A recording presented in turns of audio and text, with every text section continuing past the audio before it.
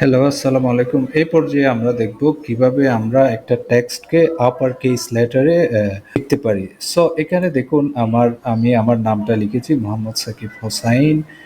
এইটা পুরাটাই lower case লেটারে লেখা, ঠিক আছে? সো আমার এই ভিডিওর গোল হলো আমাদের লেখাগুলো আপার কেস হিসেবে লিখতে চাই। ফর এক্সাম্পল আমি যদি এটা এভাবে লিখতে চাই Mohammad control X control V control X control V, ওকে।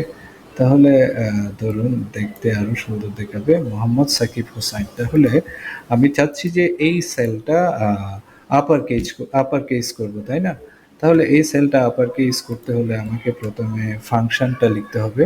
আমি ধরেন এই সেলে আমি আপার কেস যে ফাংশনটা লিখে আমি দেখাতে চাই, তাহলে আমাকে লিখতে হবে ইজ ইকুয়াল টু, আমি সমান চিহ্ন দিলাম, তারপর এই যে upper converts specified string to upper case মানে সবকিছু বড় হাতের লেখা, তাই না?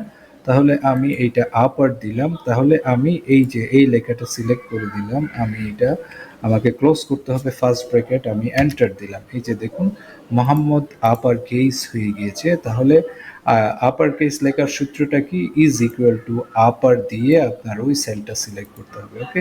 তাহলে এই যে এখানে দেখুন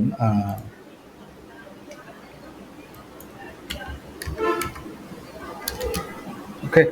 তাহলে এই যে এখন এখন আমি যদি সাকিব এবং হুসাইনও চাই, তাহলে আমি যদি এখানে ধরে এদিকে এইভাবে টান দিই, তাহলে এগুলোও হয়ে যাওয়া উচিত। এই যে দেখুন সাকিব হোসাইন, ওকে। এই যে দেখুন সাকিব হোসাইন। তাহলে মোহাম্মদ সাকিব হোসাইন, এই যে সব কিছু আপার কেস হয়ে গিয়েছে। তাহলে আমাদের সূত্রটা কি?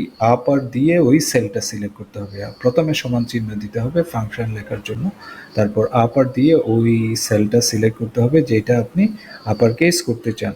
এই যে এই ক্ষেত্রে আমি এইটা আপার কেস করতে চাই, তাহলে আমি এখানে এই সেলটা সিলেক্ট করে আপার লিখে এইভাবে দেখাচ্ছি, এবং সেম এগুলোর ক্ষেত্রেও আপার C2, আপার D2, ওকে। আশা করছি বুঝতে পেরেছেন। নেক্সট আরেকটি ভিডিওতে দেখা হবে ইনশাআল্লাহ। সে পর্যন্ত ভালো থাকুন। আসসালামু আলাইকুম। হ্যালো, আসসালামু আলাইকুম। এই পর্যায়ে আমরা দেখব, আমরা আগের ভিডিওতে আমরা টেক্সট কিভাবে আপার কেস করতে হয় বা বড় হাতের অক্ষর লিখতে হয় সেই জিনিসটা দেখলাম। কিন্তু এখন অনেকের প্রয়োজন হতে পারে যে লেখাটা লোয়ার কেসে দেখাবে, ঠিক আছে? এই যে দেখুন এই যে আপার কেস লেখাটা লোয়ার কেস এই স্টাইলে দেখাবে মোহাম্মদ সাকিব হোসেন, লোয়ার কেস। তাহলে লোয়ার কেস মানে ছোট হাতের অক্ষর, তাই না? তাহলে আমার সেম প্রসেসটা আমরা ফলো করব, জাস্ট আপারের জায়গায় আমরা লোয়ার লিখবো, তাই না? আমি ইজ ইকুয়াল টু দিলাম LOW, এই যে লোয়ার, লোয়ার লিখলে converts a specified string to lower case. তাহলে এই যে লোয়ার কেস দিলাম, আমি কোন সেলটা আমি লোয়ার কেস করতে চাচ্ছি, আমি এই সেলটা সিলেক্ট করে দিলাম, আমি এই সেলটা ক্লোজ করলাম, এবং এই যে দেখুন মোহাম্মদ হয়ে গিয়েছে, ঠিক এইটার মতো, তাই না? ঠিক এইটার মতো মোহাম্মদ। তাহলে সব কিছু লোয়ার কেস হয়ে গিয়েছে, ওকে।